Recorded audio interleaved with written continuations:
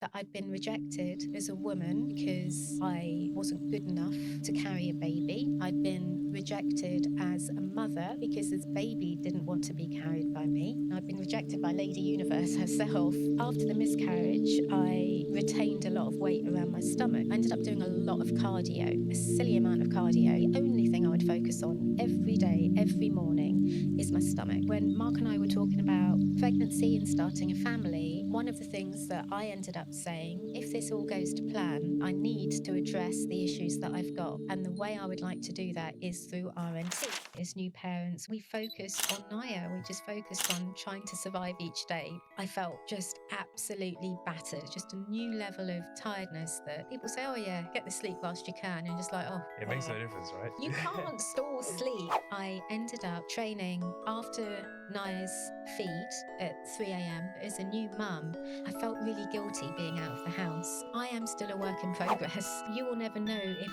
you could have done better in any way if you don't commit fully to every element of this process. So I tried and I loved it. I loved it. Okay, so Karen, take me back about a year. What were the series of moments, trigger moments for you to make you want to think, right, now's the time to go on my transformation journey? Pregnancy. That's it. Summed up as pregnancy. We knew that Mark and I knew that we wanted a family. And I knew that if everything was successful, that it was, I wanted to get it right. And I wanted to give baby the best possible start in life. And in order to do that, I needed to address certain behaviors that I had and certain issues that I had.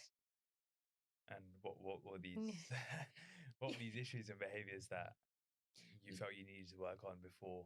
Well, not even before, but in the early stages of your baby's life. Yeah. So lack of confidence is a big one.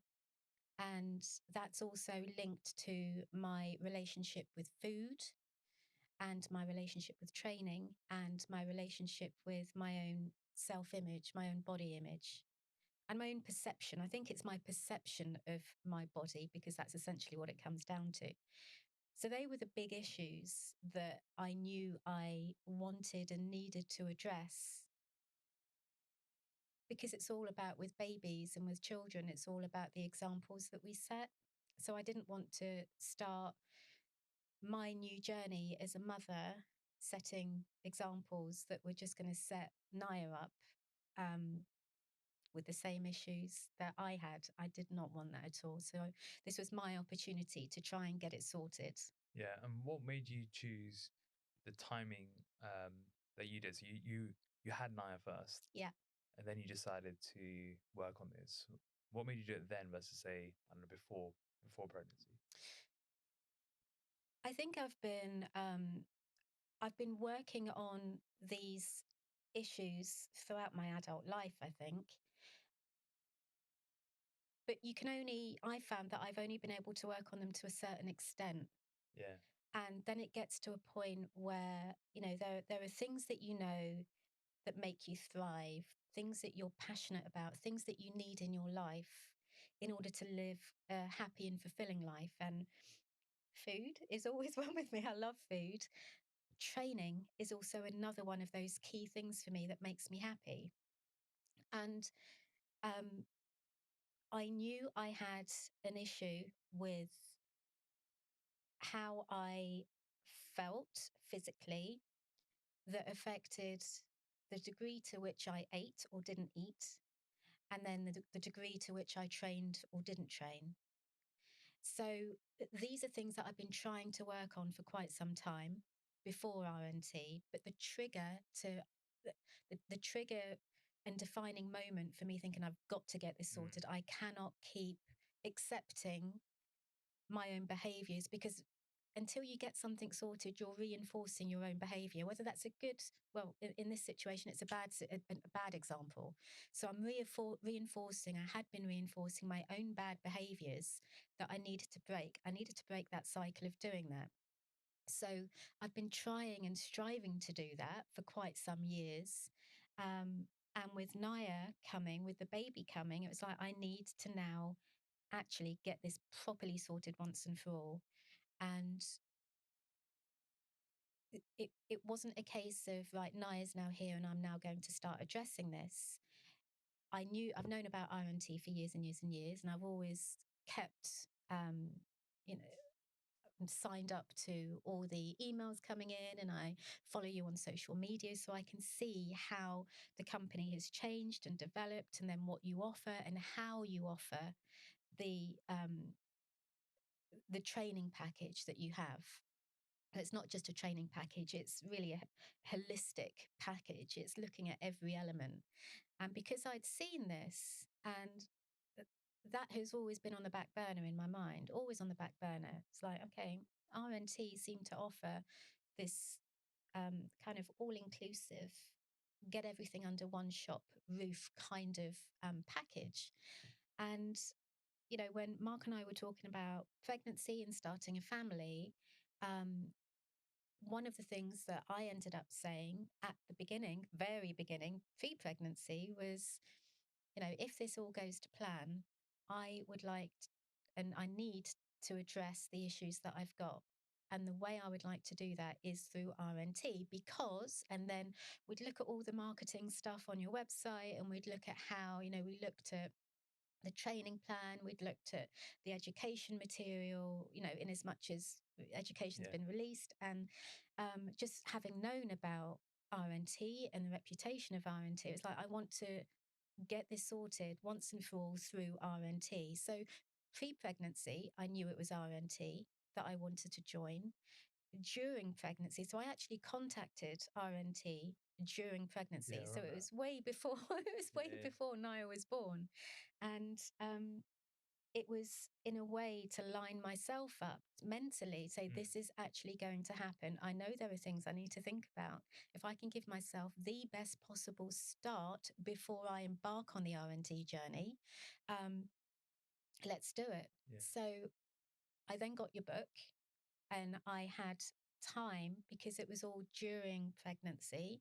I had a good amount of time to sit, read it, think about it, digest it, and then try and work out how things might actually happen practically once baby had been born. And I knew what I needed to do, but I didn't really know how it was going to happen, because you know, who knows what happens when you have a baby as a new parent. You know, it's just, everything was so brand new.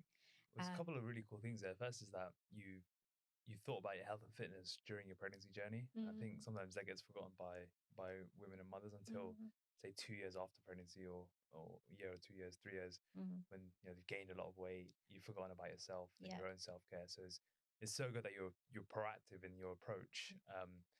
And the second, the funny of it is, you probably had all these plans when you read the book. Thought, oh, I want to do this at this point, this at that point, and they probably just got thrown right out the window. Yeah. And you have to reset the bar. Yeah.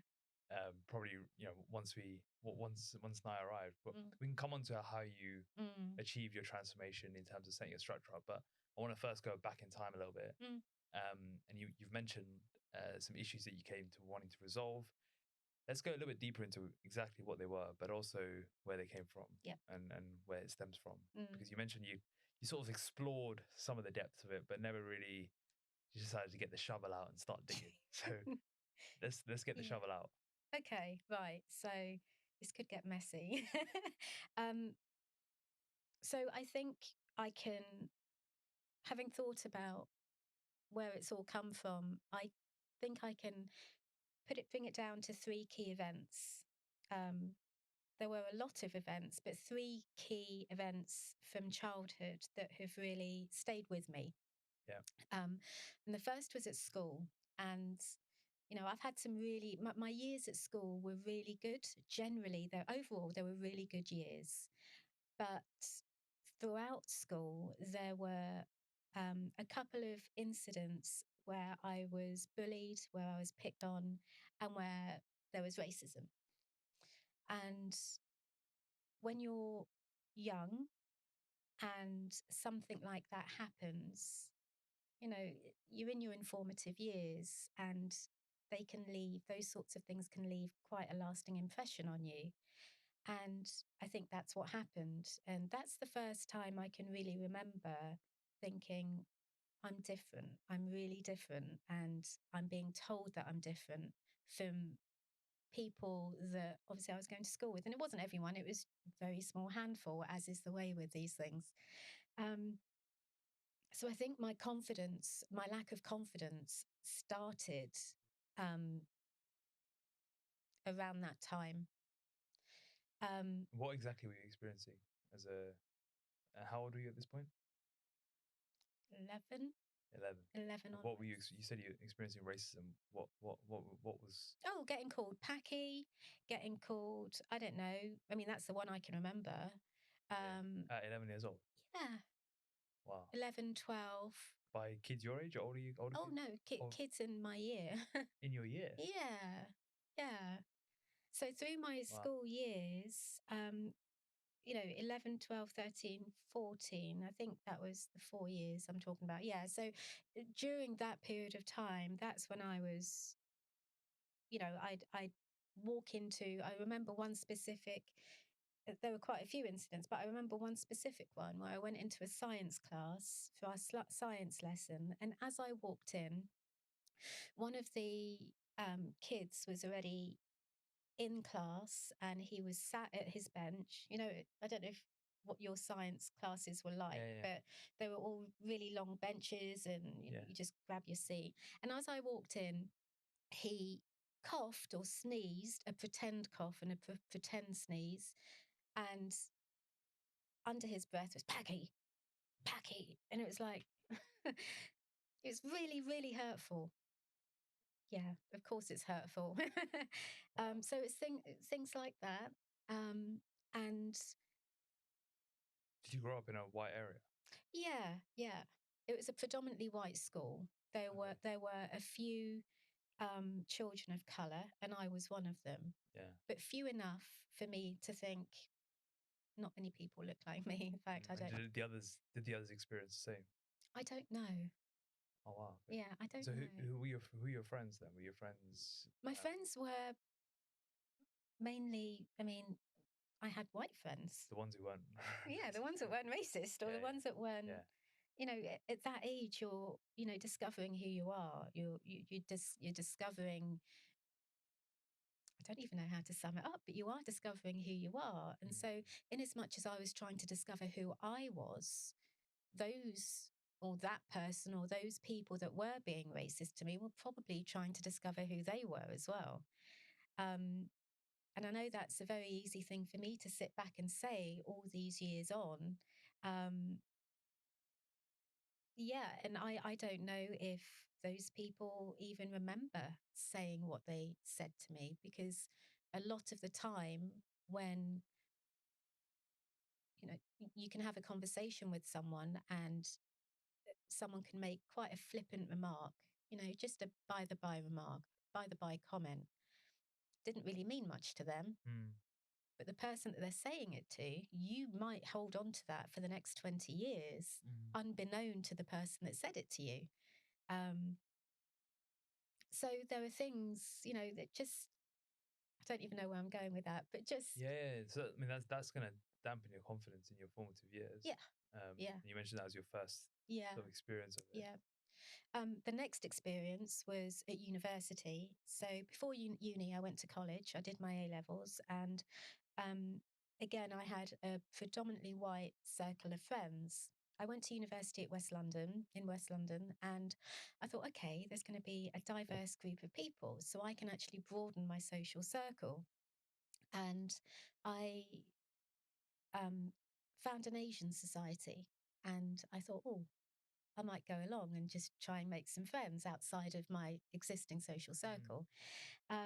And I was really excited. And they had like a welcome evening, and I thought I'm just going to go along. And I was really excited. And I was wearing my usual stuff that I wear at uni, which is Doc Martens, ripped jeans, oversized t-shirt, oversized jumper. Had a few piercings. My hair was all over the place. I just looked like I was just come out of Freshers Week. Yeah. And so I just walked in, and I was as I said, feeling really excited, just like, oh, freshers week, new thing I'm doing. And as soon as I walked in, within a few seconds, I just thought, I've made a really terrible mistake. What am I doing here? And what I was confronted with were pockets of people, small groups of people, who it looked like they all knew each other. And everyone just turned around and looked at me and stared.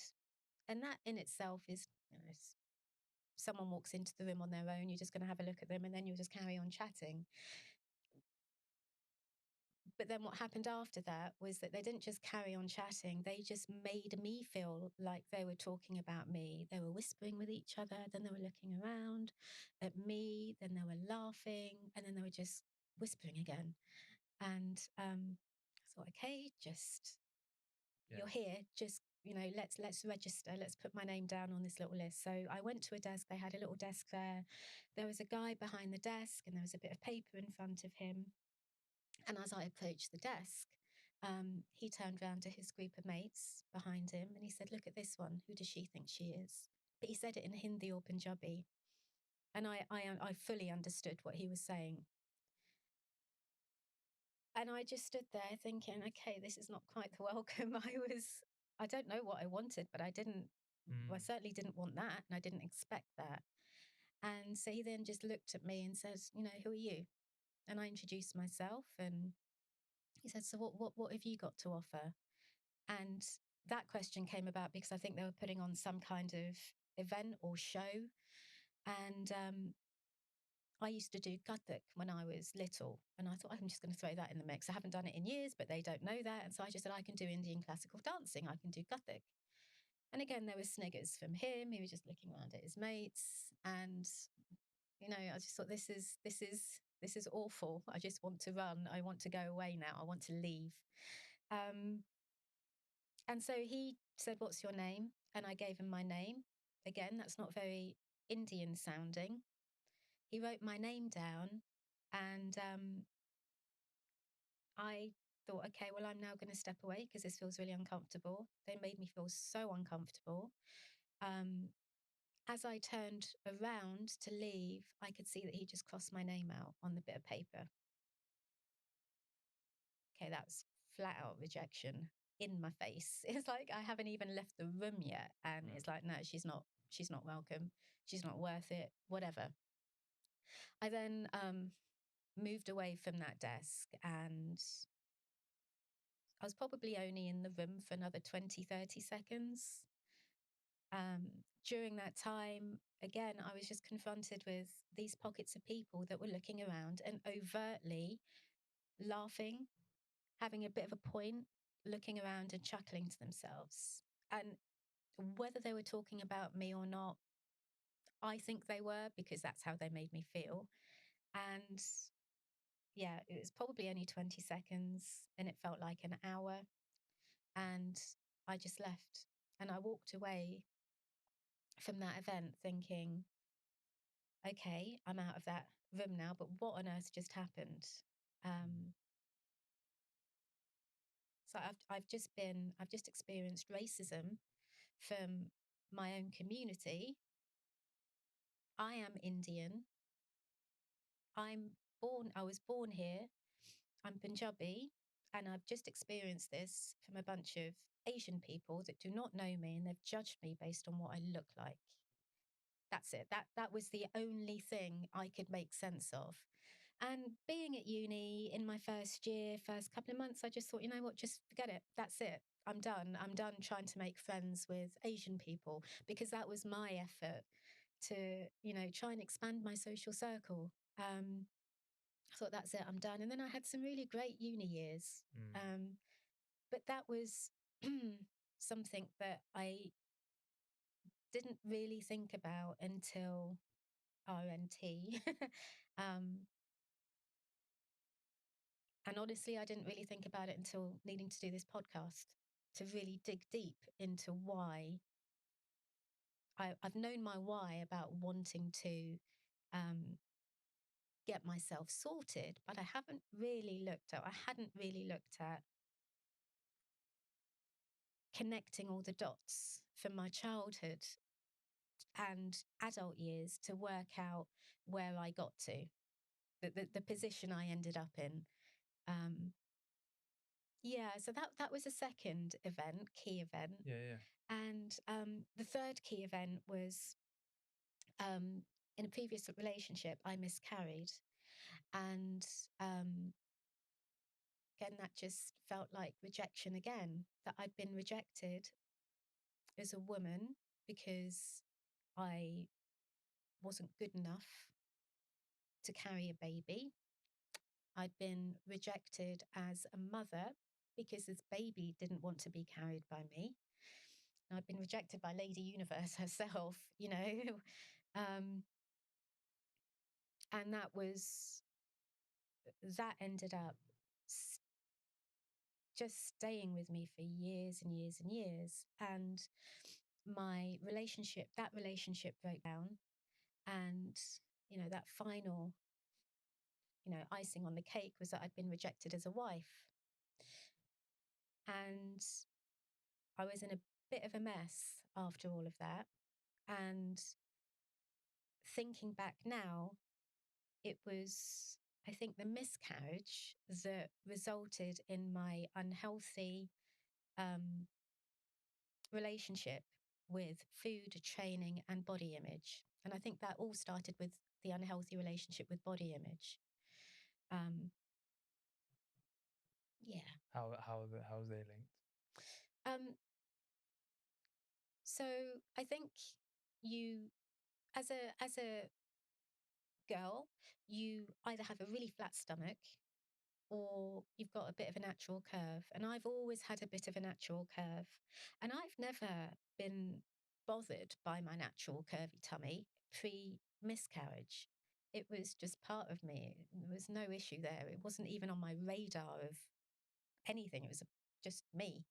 And then after the miscarriage, I retained a lot of weight around my stomach and I couldn't shift it. It was just there. And I was down. I was, not in a good way. I was feeling a bit depressed. And I didn't really do anything actively to try and sort it out. Not in a positive way anyway. And so that's where the fixation on my stomach came from.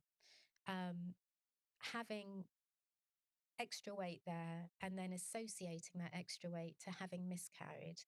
And then there would be a floodgate of negative, unhappy emotions that came along with that because it was all associated to a really unhappy period of time.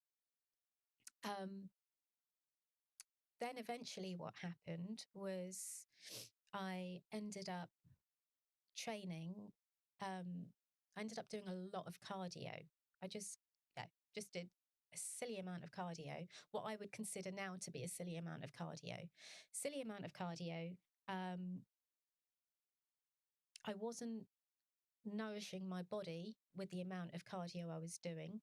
I wasn't even nourishing my body full stop, let alone with the amount of cardio I was doing. I didn't respect food. I didn't respect what my body needed in order to be healthy. Didn't really understand that as a woman, your body will go through changes. As a human being, your body goes through changes. But as a woman, my body is going to go through a few more changes, and there might be a few more visible, noticeable differences each month. And I didn't respect that. And I just didn't think about it. I didn't think about it in an objective way. What ended up happening was it's like, oh, I've woken up, look at my stomach. And that's what I would do. The only thing I would focus on every day, every morning is my stomach. What is my stomach doing once I'm out of my PJs? What is my stomach doing in this outfit? What is my stomach doing in that outfit? So it's like, oh, there's a bit of a bloat there. What's going on? Okay, let's see how many cardio sessions I can do today.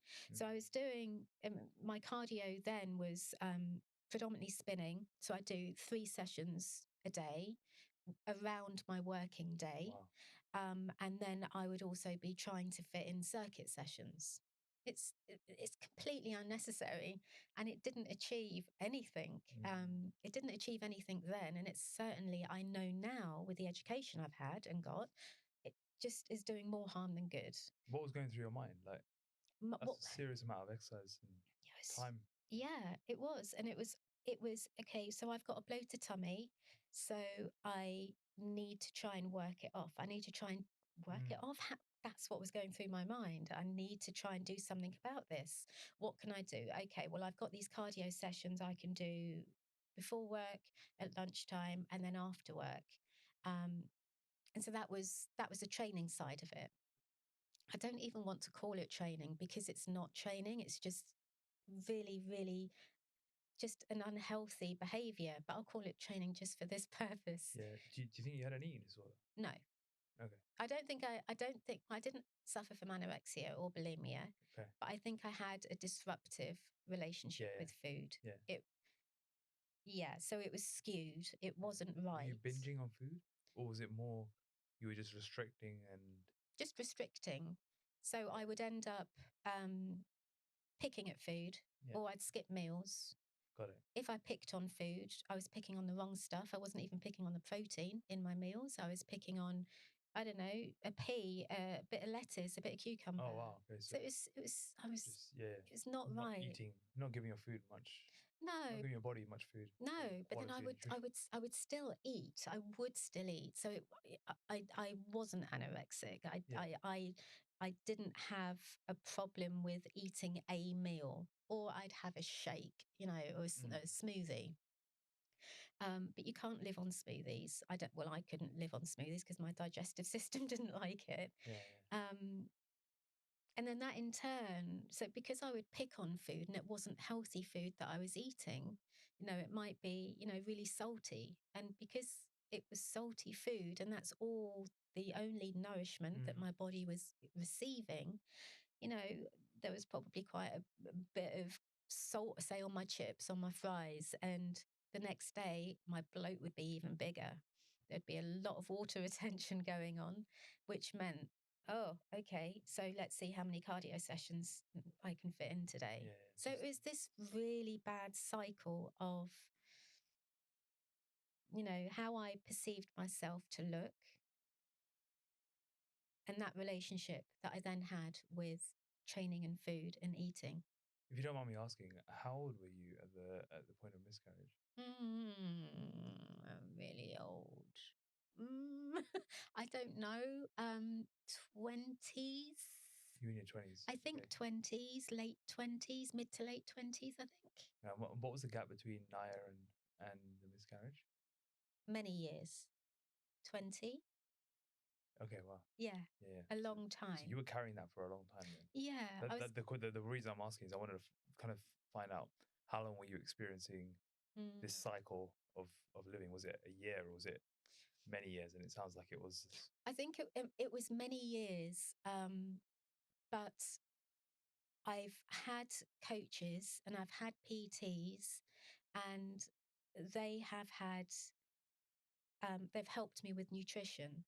So I did get help to structure my eating and to structure my training and to structure, just to give me some structure to try and move away from what I was doing, because I knew what I was doing was not right. I knew it was deep down. You can go through life and you can kind of get away with things and you kind of think, oh, I know this isn't right and I'll get it sorted.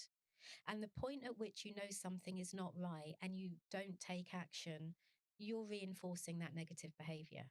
And I knew I was reinforcing my own negative behaviors with the belief that, oh, I'll get it sorted. This will sort it out. But it didn't sort it out, because with the previous help I had, it helped me to a certain extent, but it didn't address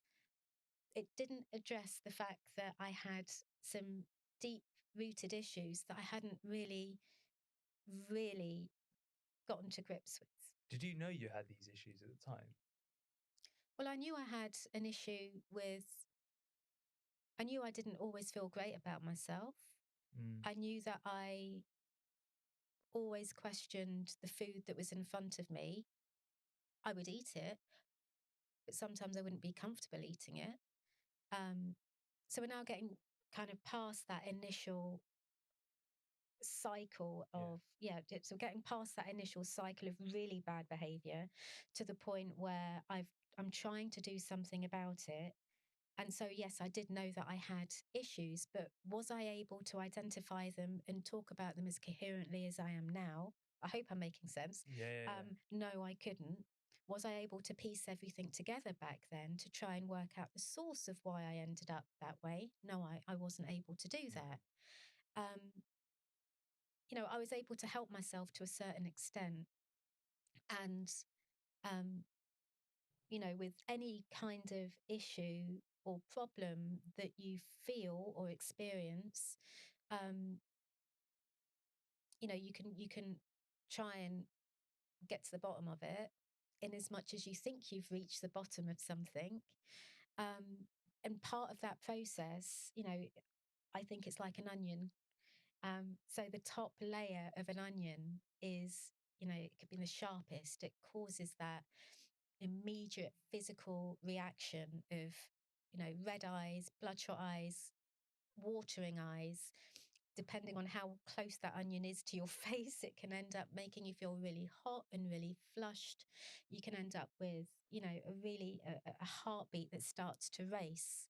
So obviously the onion is the issue that you're looking at. So as you start to try and unravel whatever it is that this issue is, you can have these involuntary physical reactions until you get to a point where you've worked on something enough that it becomes, this massive onion becomes slightly smaller, and it becomes small enough that it's comfortable for you to live with.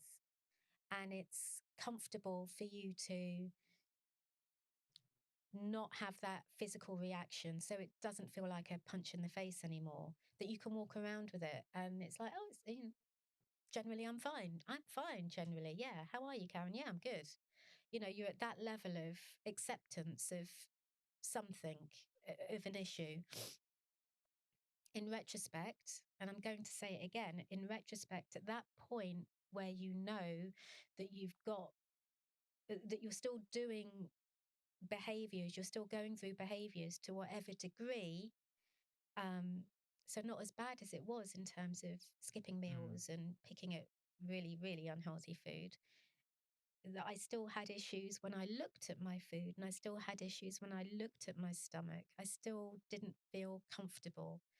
Um, you know, not addressing those issues at that point, or not digging deeper at that point. That's what I should be saying. Not digging deeper at that point. Um, you're accepting that this is just it. This is how it's going to be. This is it. And it becomes voluntary. And I'm going to say it again, it's reinforcing negative behaviors. And I keep saying that because it's what I was doing. I knew I was doing it, which is why when the possibility of educating myself came about through what RNT was offering, that's why I wanted to hold on to it and not let go. It's funny how having a child can really force you to face these issues. Yeah. And it can sometimes be the trigger moment to at least pull the pieces together. Yeah. I know for myself, for example, like struggling with various forms of work addiction, but just unhealthy patterns of work, not in a productive way, but just I used to like graze on my days with just filling any sort of dead time with work. When the moment I found out I was going to have a baby, it forced, because I knew there was an issue. Like I would push myself to a point of collapsing. I'd push myself to unhealthy periods of burnout. And it was only when I had a child on the way, I was like, I need to fix this now because it's not healthy. And I can't be that dad who does collapse in the bathroom while the door's in the other room. I have to fix this. And it wasn't until that happened for me, it was my like similar sort of trigger moment for me to be like, all right, this needs to change. Yeah. And I can only really appreciate it now when I've reflected on like the last year or so, how having a child can force you to look at life a little bit differently. Yeah. And for me, it felt like just felt like it was my last chance to get it right before baby came. Mm. You know, in a way now it's like, why did I waste so many years not fixing myself?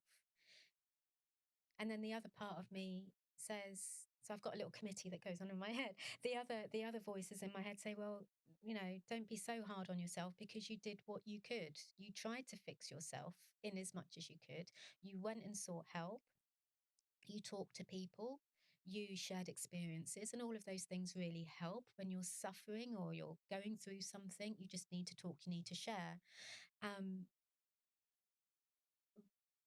But again, with those key things that you know you enjoy doing, training, I enjoy food, and I am a general. Now I'm a really happy person, and I knew that I had a lot of happiness and a lot of love in me, but I just wasn't feeling it at the time. And it's like I want to bring all of these things together. I want to get myself sorted. Mm. I'm nearly the person I want to be. Um, yeah. So yeah, having a baby on the way is a Yeah. real It hot forces you to poker. level up. Well, let's move into that phase of your life now where you've had the baby, you've joined RNT, you're starting this transformation. One of the biggest questions many new mums will be thinking if they're listening to, or new parents will be, well, how do you fit all this in? How do you how do you give time to yourself when you've got someone, when you're looking after a baby? So walk us through the process of, you know, what was the structure of your day, if any? Mm. How did you train, prep your food, look after yourself, whilst also looking after someone who effectively can't help themselves at that age, Exactly. right? So Yeah. yeah, talk us through like a day in the life, Oh, or just sort of some tips for new yeah. parents, especially mums. It's For me, I knew it was something I wanted to do. And because I knew I Yeah. wanted to join RNT, and I knew before baby came, because I knew that, I bought the book. And I bought the book during pregnancy. So I had time to sit, read it, digest it, and think about it. And it's like, okay, I'm digesting, taking in all of this information, but essentially, I don't know, you know, in terms of my strategies, structures, and systems, I don't know. I know what I need to do, but I don't know when I'm going to do it because I don't know what my day and life is going to be like when Naya arrives. I've got no idea if she's going to sleep, if she'll have any health issues. Thankfully, she hasn't had. Just did not know. So it was really a case, I think the first 11 weeks, um, the first 11 weeks were key in that, you know, Mark and I, as new parents, we focused on Naya. We just focused on trying to survive each day because it was exhausting and we didn't know what we were doing and we were trying to find our way together. And I was breastfeeding, so I felt just absolutely battered. I felt so tired. It's just a new level of tiredness that people say, oh, yeah, get the sleep whilst you can. And just like, oh, It makes no difference, right? of course, it doesn't make any Because difference. one bad night's sleep. You can't store sleep. It doesn't work like that. That's all I've been hearing for the last few months. You get the sleep when you can. It's like, it doesn't make a difference. Yeah. One bad night and you're in the washing machine. Exactly. You're done. Game over. So what just I don't want to say muddling our way, but in a way you do kind of muddle your way through the first few weeks, months. And you know, we had a good routine between ourselves, Mark and I. We had a good routine between ourselves. But saying that, we didn't really know what we were doing with Naya. We were trying to just learn and see what we needed to do and when did she need, you know, feeding? Was it a nappy change? Why is she crying? All of those things that you go through as a new parent. But so breastfeeding throughout the night, the one thing I realized, or what I noticed, was that there was a pattern to her feeding. So she'd have her regular nightly feeds, and obviously throughout the day. But then it would get to about 2 o'clock and she'd want another feed. And I could generally get her back down in bed by 2:45. So she'd be out cold, she'd had a feed, and then she was sleeping again, like a little baby. But because I'd been up so consistently throughout the night feeding, by the time it got to 2:45, 3 o'clock, it was like, right, I'm awake. There's no point me trying to go back to sleep because I will just be lying there, eyes wide open, awake. And all of the 3 S's were going through my mind from the book. And I thought, okay, hang on a minute, I'm awake. I've got access to a 24-hour gym. What if I just went to the gym and did my training now? And so that's what I ended up doing. I ended up training after Naya's feed at 3 a.m. And I would make sure that my gym kit was all ready the night before, that everything was laid out for me. So all I needed to do was brush my teeth, get into my gym stuff. My bag was ready by the door. My Vivos were ready by the door. My shaker was ready to be filled. And then I'd just creep out of the door at 3 a.m., quarter past 3 in the morning.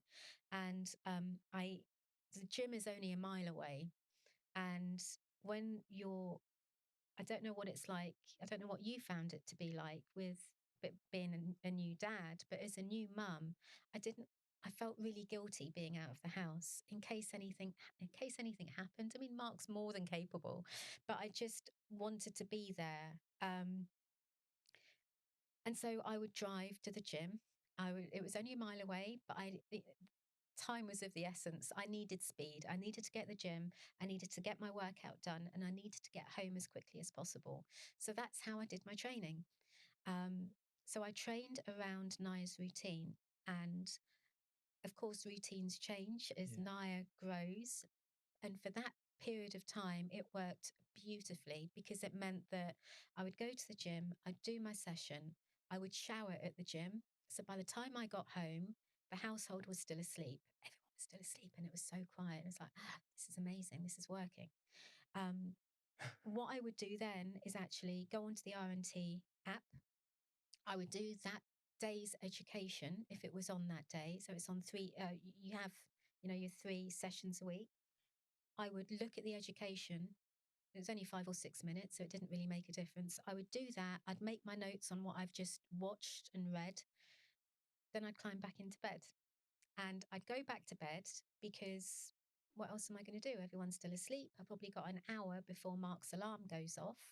So that's an hour, if not of sleep, then of resting at least, which is better than pacing the house or cleaning the house. So I'd go back to bed, and then I'd get up again when Mark's alarm would go off, and Naya would coincide with Naya needing another feed. Were you breastfeeding? Yes. Okay. So it's like, okay, yeah, this is actually working. Yeah. So that's what I did. And what was your time after birth getting back into training? How long did you wait? If at all? I think I only waited, but it kind of depends on what you mean by training. So, Gone. yeah. So, I mean, I had a C-section. Okay. And I was home, I think, within 24 hours after that. And because I trained up until, I think it was literally until I dropped, until I was still lifting weights. I'd stopped running before then because the bump was too big and too uncomfortable to run. But I was still walking a lot, and I was trying to give myself a bit of a strenuous walk. So I still maintained a really active lifestyle up until I gave birth. So, and I think that's what contributed to a really quick recovery from the C-section. So I think within, I'm going to say a week, I was out walking again, pushing a pram, a heavy pram. And I wasn't steaming around the area, but I was out there on my own, feeling confident enough to be walking on my own a week after my C-section. And lifting the day after? I wish. I then had, I'm trying to think of how quickly it was. I had a prenatal PT that I used, and she was brilliant. And I contacted her and said, I'm itching to do something that I'm now able to, hit at least 10,000 steps with a pram a day. I feel like my strength is getting back up or is up. I now need to do something. And we she then agreed to train me because it was still before I should have really technically gone back to training. I hadn't had the full sign off from the midwife and the health visitor. The health visitors had done their checks on me and they were like, yeah, everything's healing. How are you squatting on the floor already? How are you getting up and down so quickly? So I felt fine in myself, and the indications I'd had from the health team, it was, I know, how you feel. So the pre-postnatal PT, she said that she would train me. She agreed to train me because I think she knew that if she didn't, I'd be doing it on my own in the gym. And she wanted to keep me safe, which was great. So yeah, I got back to lifting, not the sort of programming that I've been doing with RNT, but weights designed for a woman that's just given birth. Yeah. So what was the time frame? Probably, I don't know, maybe 7-8 weeks. That's really good.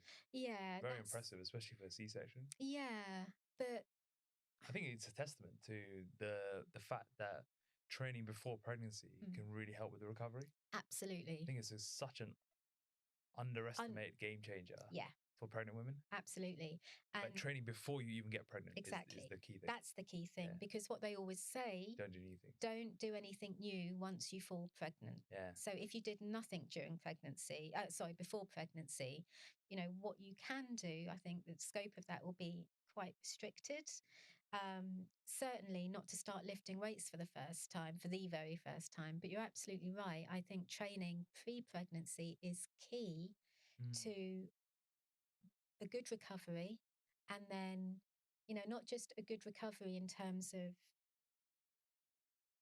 physically being able to move around freely and to feel like you're getting your strength back again, but mentally as well, because you don't know what your birthing experience is going to be like. You don't know how anything is going to be when the baby comes. So trying to keep your mental side, your mindset as positive as you can, which is, it's going to be tested because of lack of sleep anyway. Yeah. So doing something for you is so, so important. Yeah. It's one of the reasons why, I didn't have a recovery from pregnancy, but I think pretty much the day after Sia was born, I was in the gym. Yeah. And I've been training probably more than ever recently. And why? I remember people, probably just because I'm going to comment why. Okay. People in the gym are like, what are you doing here? You're going to be like at home. I'm like, no, honestly, I just need a daily like hit the gym, reset my mind, and then go back. And I've always known that's my thing, training. And I think I really see it now more than ever.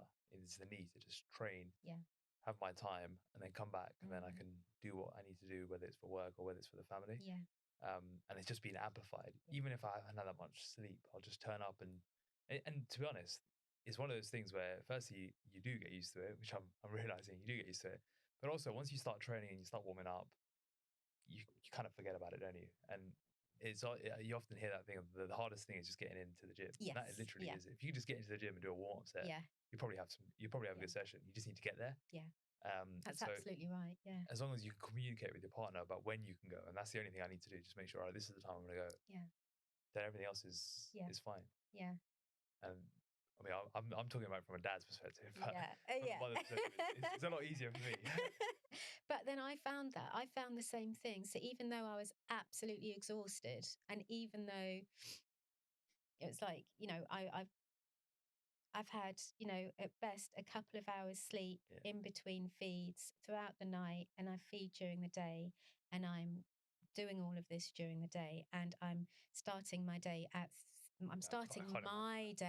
3 a.m. and I'm trying to lift weights at 3 a.m. and I'm trying to, with all of that, I'm not, trying to think, say, oh, woe is me. Yeah. It's just, what you said about resetting your mind. It was absolutely like that. And that was my time. So my training in the morning, it still is. And training has always been my time. It's been my space. It's been my, I can just breathe. But more so now where, I can just forget about I can just focus on myself. Yeah. And as she gets older, it's easier to do that. You know, I'm not breastfeeding anymore. I don't need to express milk. So, you know, it's just in that sense, it's easier. And she is sleeping. She is a good little sleeper, which again helps, except for the fact that my body is so used to getting up at 3 o'clock that it does have a tendency just to, it's like, ping, you should be awake now, go and train. Yeah. So you embarked on the RNT journey, got into the best shape of your life with effectively a 1-year-old, Yeah. which is very rare. What were some of the biggest challenges you faced en route to your checkpoint in getting into remarkable condition? Like, anyone who hasn't seen Karen's pictures will know that she's a real boss. So yeah, tell us some of the challenges that you faced. Yeah. Big mama boss. Yeah, big mama boss. Tiredness. I think, you know, the closer you get to, you know, as calories reduce, you know, the calories were going down gradually. And the gradual reduction, you know, is fine. You don't really notice, you know, I didn't really notice it, not that much until I got to, I think it was the last month towards checkpoint when you know, my fatigue, my lack of recovery, my just utter exhaustion, mental, physical, and emotional, was just, you know, the tightrope I was walking, it was just becoming narrower and narrower. And the reason why is not just because of the training and the reduced calories, but because Naya's routines would change. So throughout the whole process with RNT, there have been chunks of stability. And then in between that stability of routines, there's been changing routines, or there's been teething, or there's been, you know, sleep regression, or she's not been sleeping because of her developmental stage. So although she's a really good sleeper and she's such a happy baby, we're so blessed with the fact that she's a good sleeper and she's a really happy baby, there, you know, it's all in chunks of time. So by the time, it just was bad timing that the last 4 weeks to checkpoint were the hardest, and not just because of the reduction in calories and the amount of energy output, the amount of training I was doing. It was just, you know, Naya's routine's changing and she wasn't sleeping. So Mark and I were both up most nights. And in the last 2 weeks to checkpoint, I was on such a small, skinny tightrope that I felt emotionally unable, physically unable to get up at night to tend to Naya. Mark dealt with that for a solid 2 weeks on his own, and I don't know how many times he was up a night, each night, because I couldn't. I physically couldn't get myself out of bed. I was really emotional, partly because I couldn't get myself out of bed, but also because I was so tired. Um, you know, you have good days and you have not so good days. So the tiredness, the combined overall tiredness was massive. Um, Still trying to do my day job. Oh yeah, I forgot about that. Oh yeah, forgot about work. Still trying to be, you know, my best at work, and still not to take my tiredness to work with me, Yeah. or my grumpiness to work with me, or my, you know, my hunger grumpiness to work with me, because that's going to affect the team. That's going to affect the people I work with closely, and that's not my thing. That was my another non-negotiable. That's not what I'm going to do. This is my choice. It's my decision. I'm not going to take it out on those closest to me. So, you know, with Mark, so I'm digressing slightly. So one of the biggest challenges, again, in the last few weeks, was just feeling so down and so, I don't know, just times I just didn't want to talk. I didn't want to say anything. So I was just exhausted. I was just tired, so tired. And, you know, Mark had a little chat with me. He's like, you know, sup. It's like, oh, you know what's up.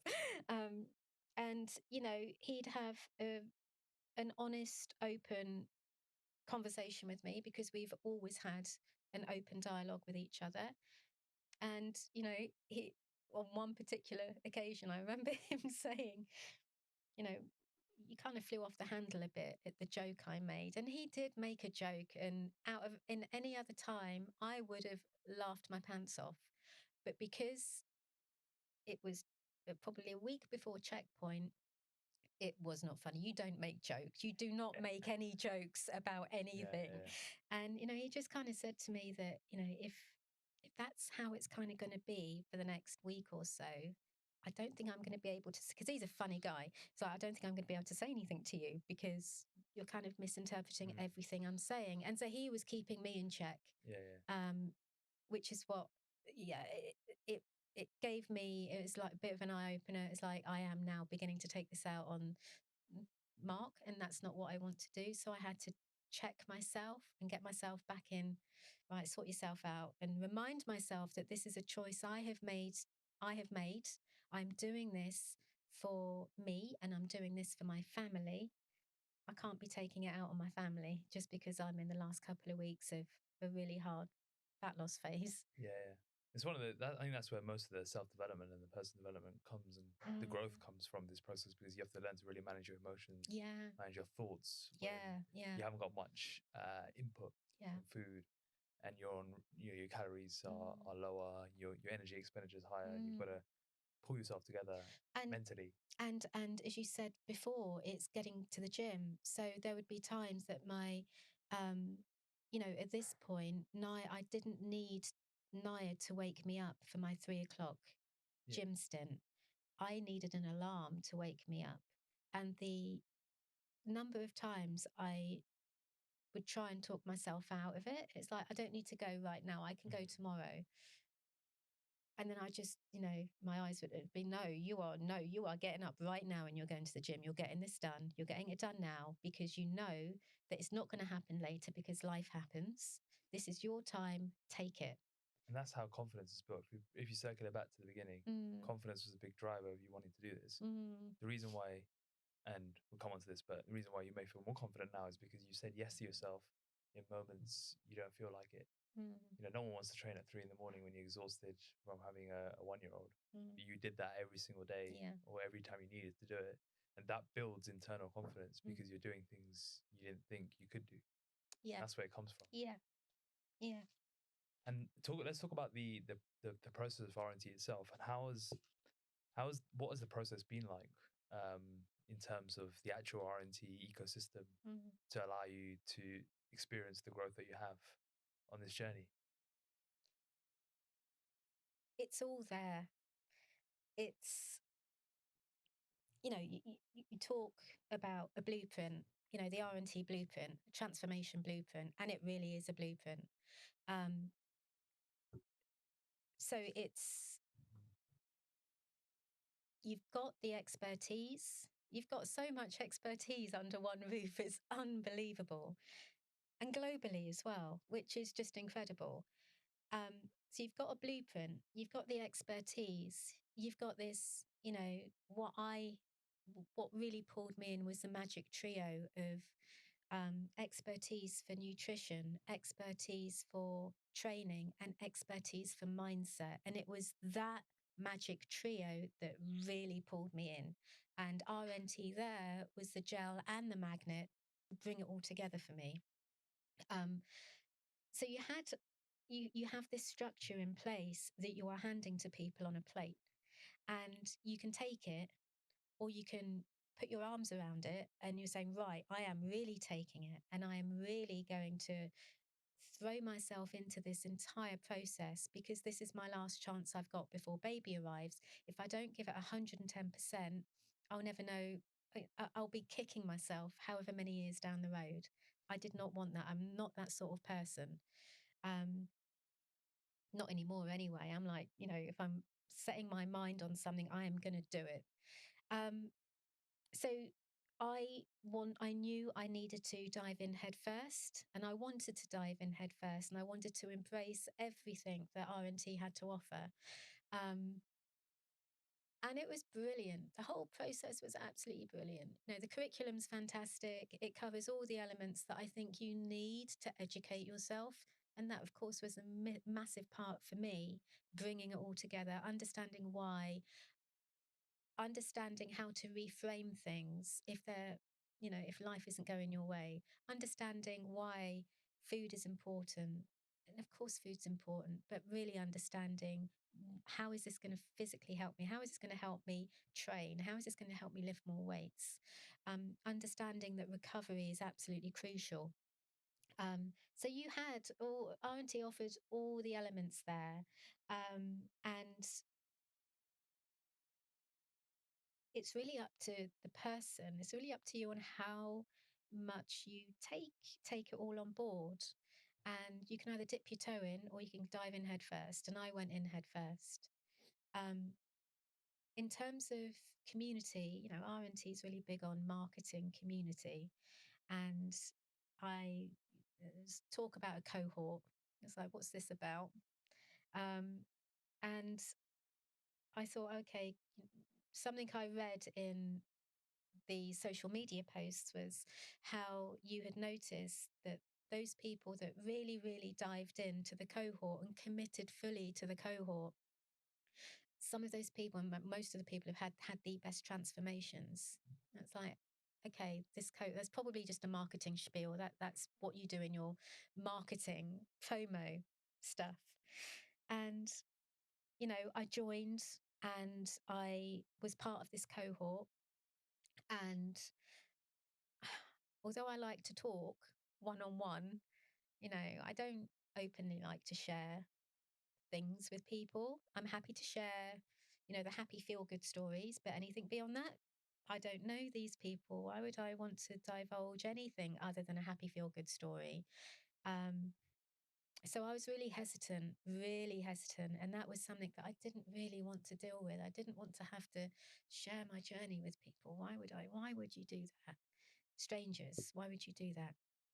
And then I had a conversation with myself and I ended up saying to myself, you have said you're going to commit 110% to this process, and the cohort is part of the process. And that means that you will never know if you could have done better in any way if you don't commit fully to every element of this process. So I decided to fully share the good and the bad. I decided to, at times, lay my heart out on a page. I decided to use the cohort as a brain dump. I decided, I'd start with a question and I'd end up answering my own question at the end of it.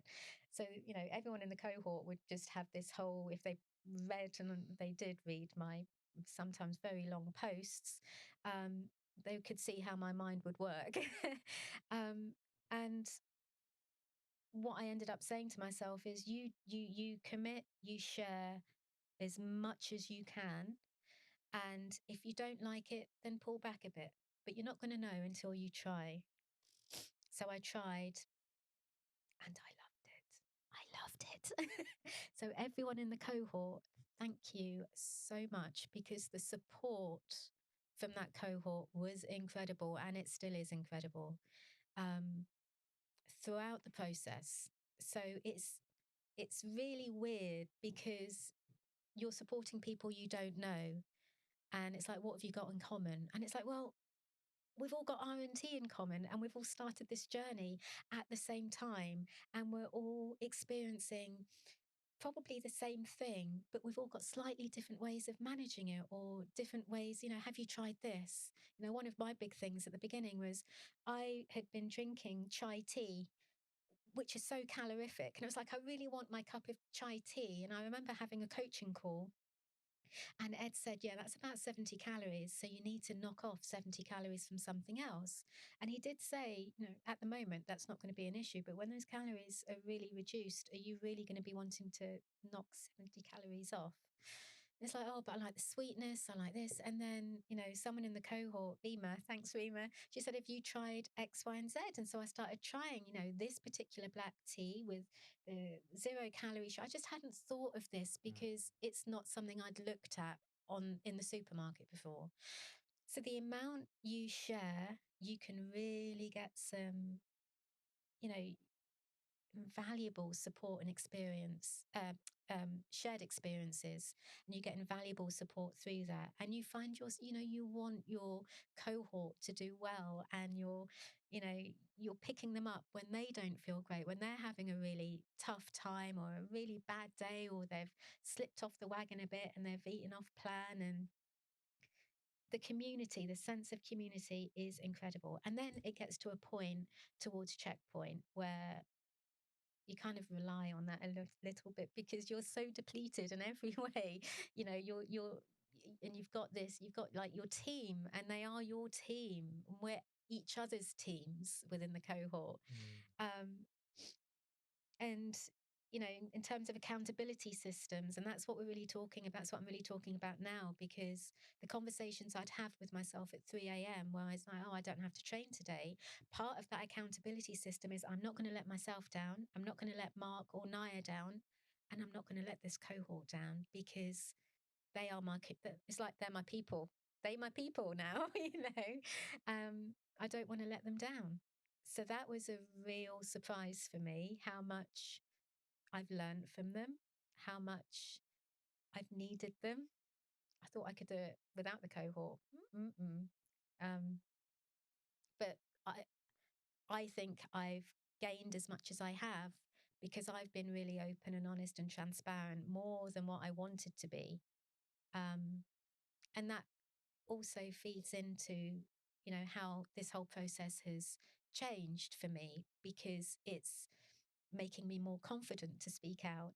And it's, doing this podcast a little bit uncomfortable, because I'm talking about things that are so very personal, but I'm leaning into it. And that's something that RNT has encouraged me to do this whole process.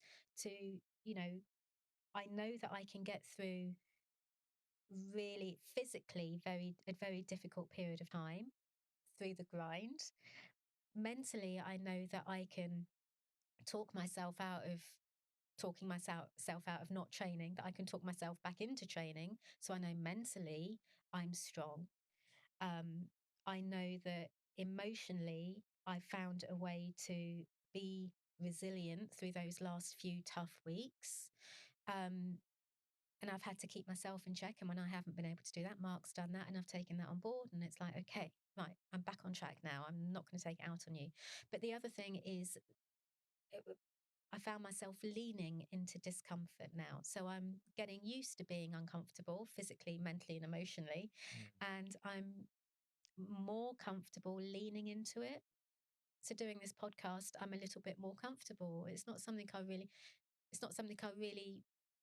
would have done, say, 3 or 4 years ago. If someone said, can you just share your experiences in training? And 3 or 4 years ago, I was training, and I did have good systems in place, not as good as they are now, not as tight as they are now. But I would have said, no, what have I got that anyone would want to listen to? What have I got that people don't already know? So, the fact that I'm doing this, it's like, yeah, this is beyond me. This is bigger than me. And I really like feeling and thinking that. And, with work, I'm leaning into speaking out more at work. Again, it's something I would shy away from. I train people, and I initially felt really uncomfortable at the thought of standing up and training. And now it's like I'm not public speaking, because public speaking was the thing, is I don't want to public speak, don't want to do it. But now I see it as, I'm not public speaking, I'm just having direct conversations with people and sharing my experiences to help their development. And if I've got something to offer that will help someone else, then do it. Share the love, share the knowledge, just share it. So I'm leaning into my own discomfort. And another element as well is training BJJ. I was training through fat loss and through the grind. And towards the grind, I was just doing technique, because I didn't feel strong enough to actually deal with full-on sparring. And now I'm back to sparring. I've got more body weight on me, so I'm feeling physically more comfortable with myself to actually spar. And I'm claustrophobic.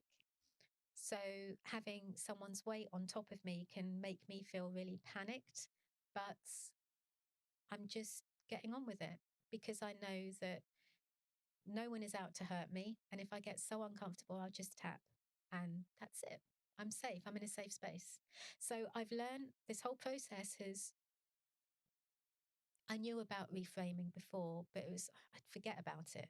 But now it's in the forefront of my mind. I reframe situations that are really difficult, and I am still a work in progress. Yeah. There are times I forget to reframe, and there are times that, there are times that it's just like, oh, I've just had the worst day ever, and I just want to leave it at the worst day ever. And that's okay too. It's not such a big deal. It's life. What do you see when you look at yourself in the mirror now? Oh, I see. See, this is really interesting. That's a really interesting question, because I always thought that Karen with a flat stomach, that would be the ideal body. That would be the dream. And I had a flat stomach by the time I got to checkpoint. But getting there, I did not like it. I felt, the result, the photo shoot was brilliant, and I'm really glad I've gone through this process. But the massive the massive lesson for me is that what I thought I'd be really happy with, I really wasn't. So I wasn't happy with this flat stomach, because I felt my calories were so down and so low getting there, that I just felt really thin, and I felt really frail, and I wasn't strong, and I couldn't spar. I didn't have anything on me. I didn't have what I call body armor, for training BJJ. I didn't have any body armor. I just felt like I was bone, and I did not like that.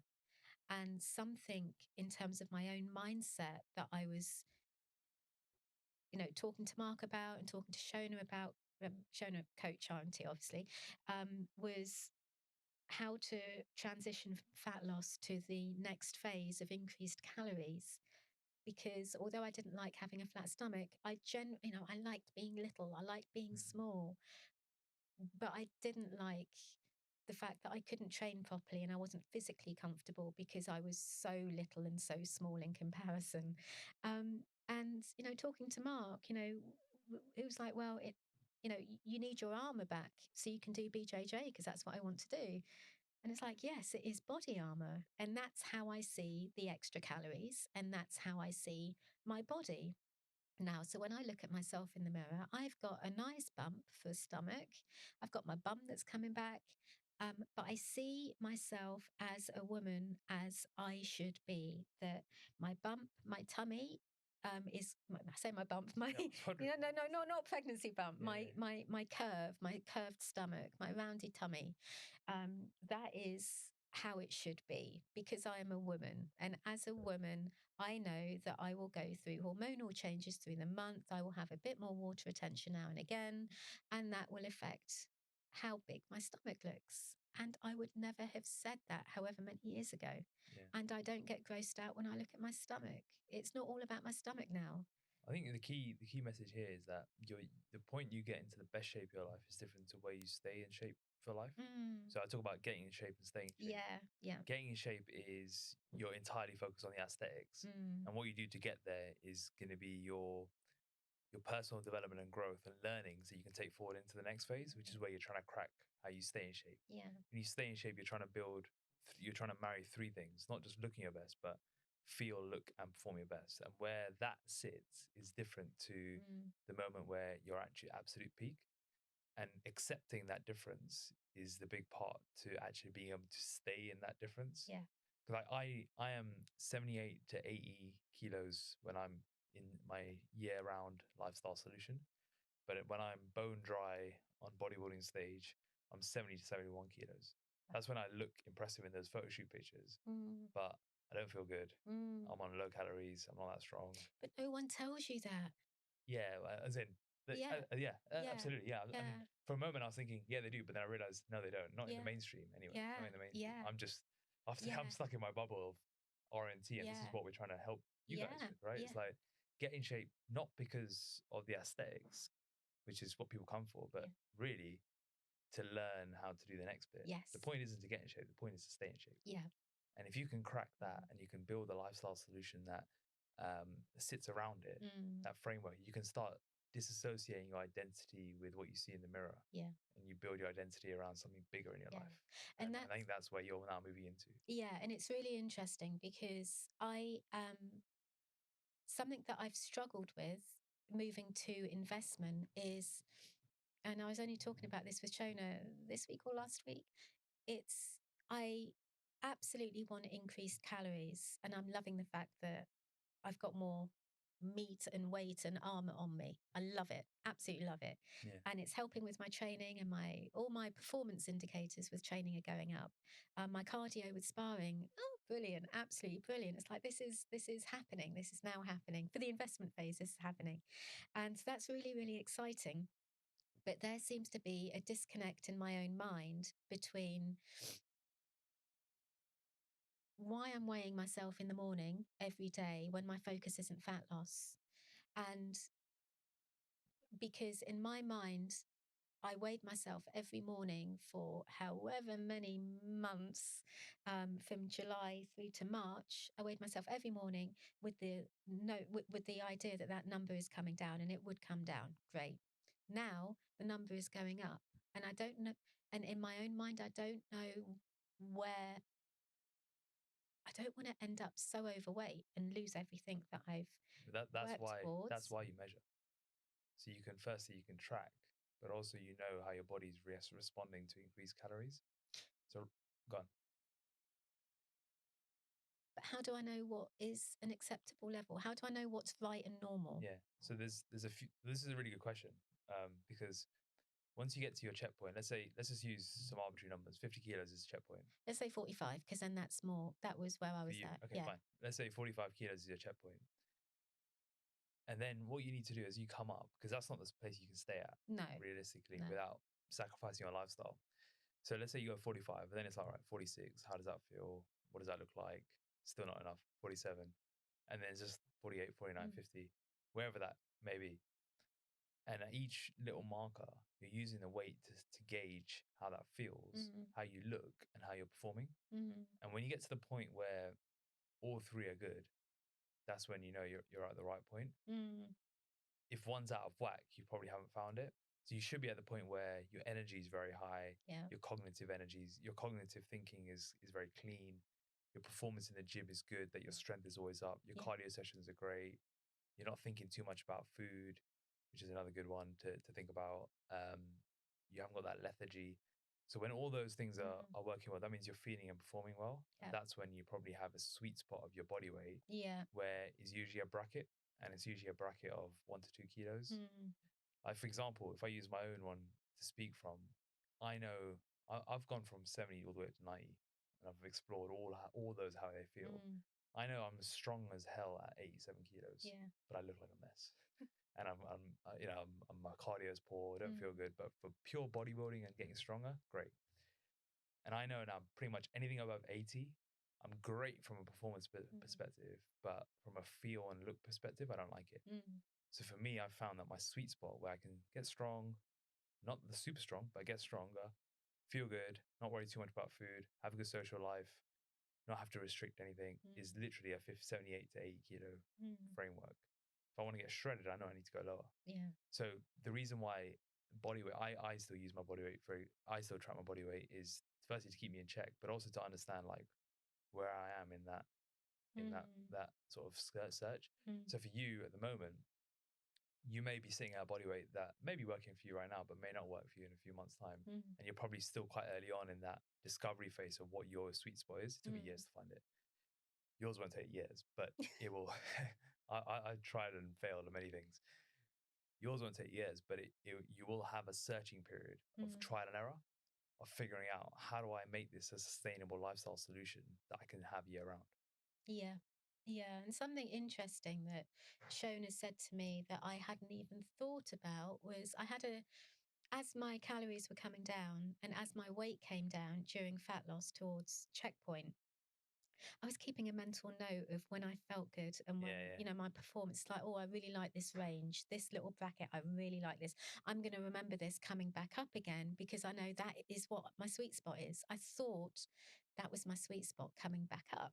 But I've now gone beyond that bracket, and it's made me wobble, thinking, am I now getting a little bit tubsy? Am I now on the big side or bigger side? And what Shona said that I hadn't even thought about is one of the reasons why you need to weigh yourself is to make sure you're not losing weight, because you don't want to be just losing weight when you're coming out of fat loss and you're trying to find that sweet spot, because my calories have only they've only increased once, I think, since checkpoint. And I know that my body weight has a tendency to jump up and down quite a bit each day. And I'm guessing part of that is sleep and recovery. And also, the reason why your calories haven't jumped that often since checkpoint is because before checkpoint, you're probably not eating out that much. And you're pretty much whatever it says on the plan. As much as we like to think it isn't the case, after checkpoint, we are going to eat out more. We are going to be a bit more flexible. We are going to pick at things at home. It just happens. So you don't actually, your calories on paper don't look too dissimilar, but the reality is going to be higher, which is why the jumps are never as high as people think. People think they're going to finish their grind on 1200, they're going to be in maintenance at 2500. It's like, it's just not the case. no. But you may actually, your calories are probably higher than you think they are. Just on paper, maybe they look like 1400. But when you factor in everything else, it's higher. I mean, I feel, in terms of how satiated I feel great. I don't think about food. No, that's great. And that is really good. But then amongst all of this, I then wonder, I've had this is me on a really bad week of sleep with Naya. And we've been up, I think, every night this week apart from one night.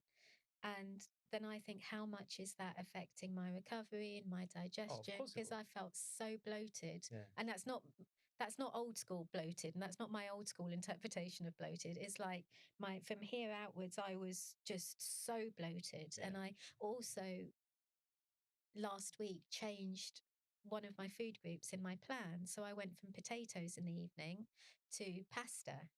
And I'm thinking, okay, so is that bloating because of bad recovery? Or is that because I've actually switched to pasta, which might be making me bloat and making me feel a little bit sluggish? So I've now switched back to something else.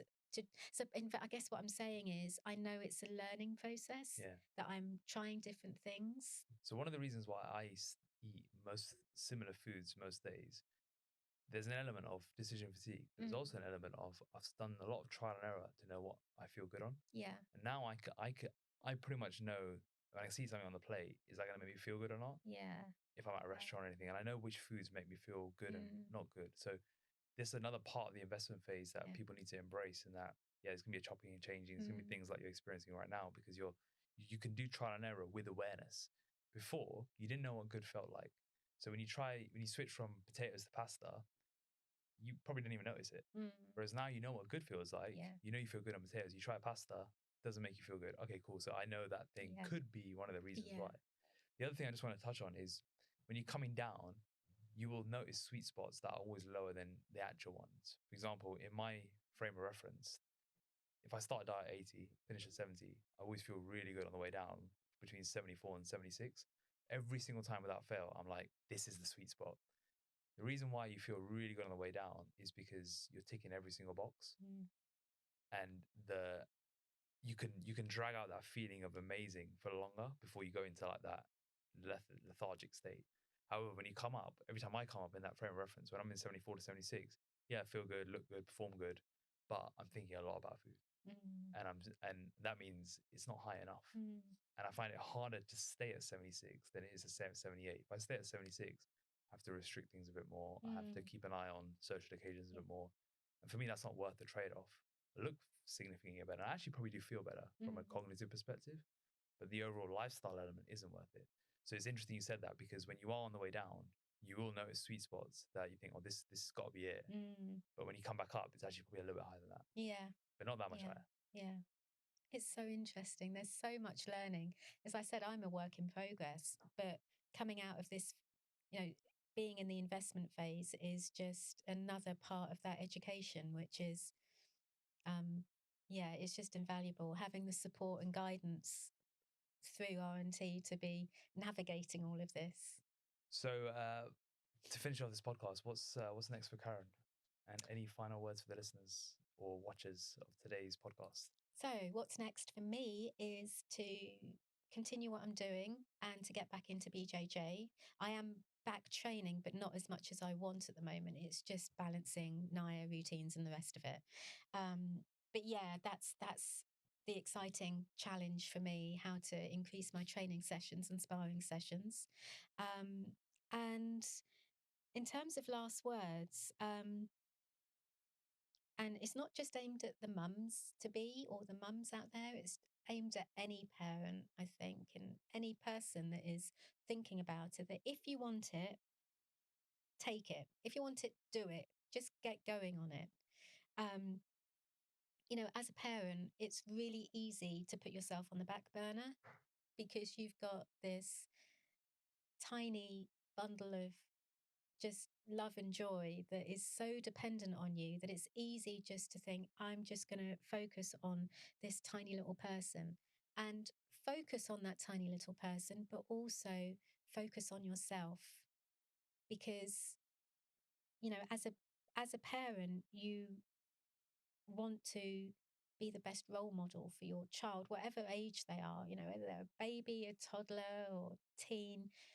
You want to be the best role model. But then my question, if you're sitting on the fence, my question to you is, what sort of role model do you want to be for that fit for your child? Do you want to be someone who, it's like, oh, I'll get round to it. I'll get round to it at some point. Do you want to be someone who is potentially unfulfilled? Do you want to be someone who um, doesn't value themselves enough to try and make a change?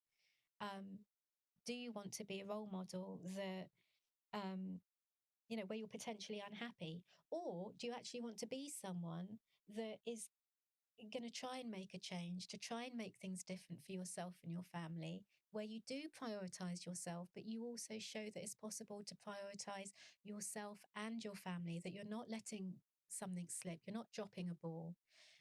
That happiness and fulfillment and being fulfilled is important, and they're important parts of life. And I think that, as a parent, it's easy to want all of these things for your child, but have you got them for yourself? If you haven't, you know, can you really be the best parent that you want to be, or the best role model that you want to be for your child? Um, and I think lastly, just don't ever underestimate the person that's before you. And the end of that sentence is, don't ever underestimate the person that stands before you when you look in the mirror, because what you can achieve with the right support, the right guidance, and the right education will be remarkable. Amazing. Thanks so much for being so honest in telling your story. I can't wait to see what's next. Thank you. Thanks for having me.